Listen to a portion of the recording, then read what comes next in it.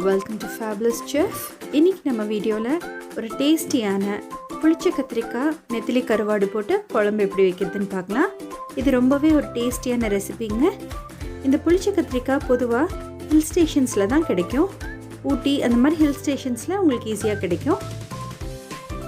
நீங்கள் நம்ம சேனலுக்கு புதுசாக இருந்தால் சப்ஸ்கிரைப் பட்டன் கிளிக் பண்ண மறந்துடாதீங்க. வாங்க வீடியோக்குள்ளே போகலாம். ஃபர்ஸ்ட் தேவையான பொருட்கள் பார்த்துக்கலாம். நான் இன்றைக்கி ஒரு டீஸ்பூன் கடுகு, ஒரு டீஸ்பூன் உடைச்சி உளுந்து எடுத்திருக்கேன். அது கூடவே அரை டீஸ்பூன் அளவுக்கு வெந்தயம் எடுத்துக்கோங்க. ஒரு 15 சின்ன வெங்காயத்தை பொடியை நறுக்கி வச்சுக்கோங்க. கொஞ்சம் கருவேப்பிலை வேணுங்க. அது கூடவே ஒரு 4 பச்சை மிளகாயை கீறி வச்சுக்கோங்க. ஒரு 3 ஆப்பிள் தக்காளியை இந்த மாதிரி பொடியை நறுக்கி வச்சுக்கோங்க. ஒரு 10 பல்லு பூண்டை நல்லா தட்டி வச்சுக்கலாம். நான் இன்றைக்கி 2 பேக்கெட் அளவுக்கு புளிச்ச கத்திரிக்காய் எடுத்திருக்கேன். பாருங்கள், இந்த மாதிரி தான் இருக்கும்.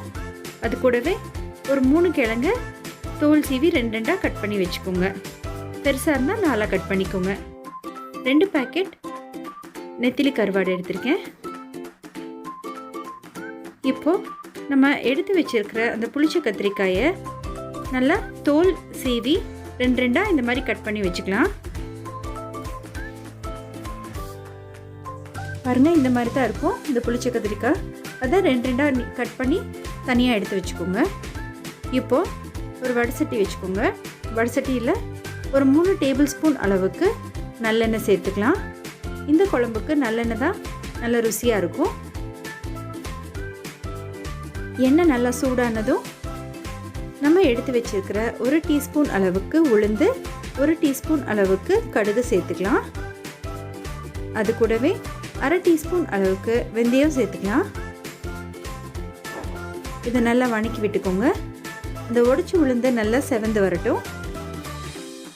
இப்போது நம்ம கட் பண்ணி வச்சுருக்கிற சின்ன வெங்காயத்தை சேர்த்துக்கலாம். அது கூடவே நம்ம தட்டி எடுத்து வச்சுருக்கிற வெள்ளைப்பூண்டையும் கருவேப்பிலையும் சேர்த்துக்கலாங்க. இப்போ 4 பச்சை மிளகாயை சேர்த்துக்கலாம். இது எல்லாத்தையுமே நல்லா வணக்கி விட்டுக்கோங்க.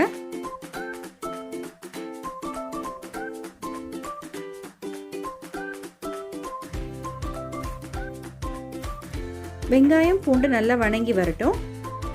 வணங்கி வந்ததுக்கப்புறமா நம்ம கட் பண்ணி எடுத்து வச்சுருக்கிற ஆப்பிள் தக்காளியை சேர்த்துக்கலாம். நான் இன்றைக்கி 3 ஆப்பிள் தக்காளியை எடுத்து பொடியாக கட் பண்ணி சேர்த்துக்கிறேன்.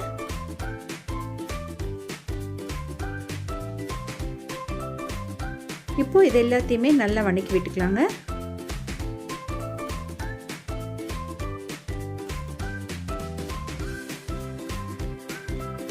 இப்போது இது கூடவே ஒரு 2 டேபிள் ஸ்பூன் அளவுக்கு வரமிளகாய் தூள் சேர்த்துக்கலாம்.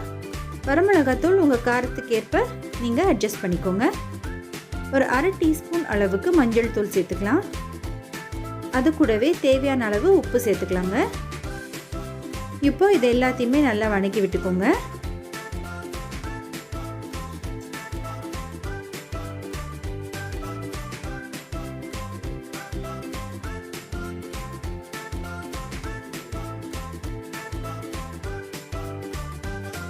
இப்போ அந்த வெங்காயம் நல்லா வணங்கிறதுக்கு கொஞ்சம் தண்ணி சேர்த்துக்கலாம். அப்போ தான் அந்த வெங்காயம் தக்காளி எல்லாம் நல்லா சாஃப்டாக வெந்து வரட்டும்.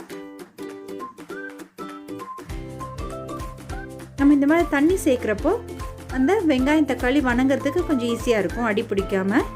இப்போ பாருங்கள், வெங்காயம் தக்காளி எல்லாம் நல்லா வணங்கிடுச்சு. இப்போ நம்ம கட் பண்ணி எடுத்து வச்சுருக்கிற உருளைக்கிழங்கை சேர்த்துக்கலாம்.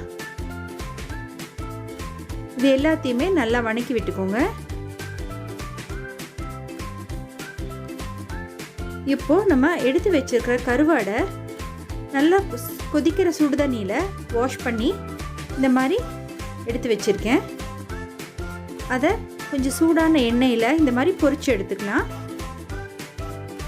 கருவாட்டை நம்ம டைரெக்டாக போடுறதை விட இந்த மாதிரி பொரிச்சு எடுத்து அதை போட்டால் டேஸ்ட் ரொம்பவே நல்லாயிருக்கும்.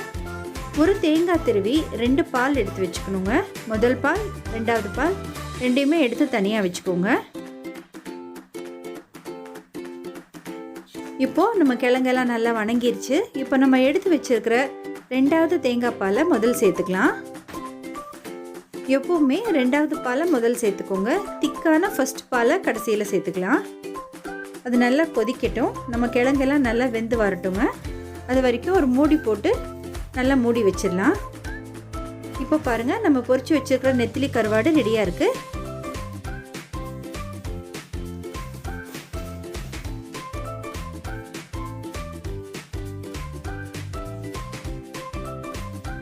இந்த கிழங்கு நல்லா வெந்ததுக்கப்புறமா நம்ம எடுத்து வச்சுருக்கிற இந்த நெத்திலி கருவாடை சேர்த்துக்கலாங்க. பாருங்கள், நம்ம கிழங்கெல்லாம் நல்லா வெந்துருச்சு. இப்போது நம்ம ஃப்ரை பண்ணி எடுத்து வச்சுருக்கிற இந்த நெத்திலி கருவாடை அந்த குழம்புல சேர்த்துக்கலாம். இப்போ எல்லாத்தையுமே நல்லா மிக்ஸ் பண்ணிக்கோங்க. இந்த புளிச்ச கத்திரிக்காயில் நேச்சுரலாகவே நல்ல ஒரு புளிப்பு தன்மை இருக்குது. அதனால நம்ம லேசாக கொஞ்சமாக புளி தண்ணி சேர்த்துனாலே போதும், ரொம்ப புளி தேவையில்லை. இப்போது ஒரு 5 நிமிஷமாக நம்ம குழம்பு கொதிச்சுக்கிட்டு இருக்கு. இந்த ஸ்டேஜில் நம்ம எடுத்து வச்சுருக்கிற முதல் தேங்காய் பால், இந்த திக்குப்பாலை சேர்த்துக்கலாங்க. திக்குப்பால் ஊற்றுனதும் ரொம்ப கொதிக்கக்கூடாது. இப்போ எல்லாத்தையுமே மிக்ஸ் பண்ணி உப்பு காரமெல்லாம் செக் பண்ணிக்கோங்க. இப்போது ஒரு எலுமிச்சம்பழம் அளவுக்கு புளி எடுத்து கரைச்சி கொஞ்சமாக புளி தண்ணி ரெடி பண்ணி வச்சுருக்கேன். அதை இந்த குழம்புல சேர்த்துக்கலாம். ஒரு அரை கப் அளவுக்கு புளி தண்ணி இருந்தாலே போதும். இப்போ கடைசியாக நம்ம கட் பண்ணி வச்சுருக்கிற அந்த புளிச்ச கத்திரிக்காயை சேர்த்துக்கலாம். இந்த புளிச்ச கத்திரிக்காய் உங்களுக்கு சீக்கிரமாகவே வெந்துடும். அதனால் இந்த புளிச்ச கத்திரிக்காயை எப்போவுமே கடைசியாக சேர்த்துக்கோங்க. அந்த குழம்பு ஒரு கொதி வரப்போ நம்ம அடுப்பை ஆஃப் பண்ணிடலாம். உப்பு, புளிப்பு, காரம் எல்லாம் கரெக்டாக இருக்கான்னு செக் பண்ணிக்கோங்க. பாருங்கள், லேசாக ஒரு கொதி வர ஆரம்பிச்சிருக்கு. இந்த ஸ்டேஜில் நம்ம குழம்பை ஆஃப் பண்ணிடலாம். அவ்வளோதான் ஃப்ரெண்ட்ஸ், நம்மளோட சூப்பரான புளிச்ச கத்திரிக்காய் நெத்திலி கருவாட்டு குழம்பு ரெடி ஆயிடுச்சு. கண்டிப்பாக ட்ரை பண்ணி பாருங்கள். இது ஒரு சூடான சாதத்து கூடயோ இல்லாட்டி சப்பாத்தி கூட நீங்கள் சர்வ் பண்ணலாம். ரொம்பவே டேஸ்டியாக இருக்கும். இந்த நெத்திலி கருவாடு உடம்புக்கும் ரொம்பவே நல்லது. கண்டிப்பாக ட்ரை பண்ணி பாருங்கள். நீங்கள் நம்ம சேனலுக்கு புதுசாக இருந்தால் சப்ஸ்கிரைப் பட்டன் கிளிக் பண்ண மறந்துடாதீங்க. லைக் பண்ணுங்கள், கமெண்ட் பண்ணுங்கள். ஃபேபுலஸ் செஃப்க்கு கண்டிப்பாக சப்ஸ்கிரைப் பண்ணுங்கள்.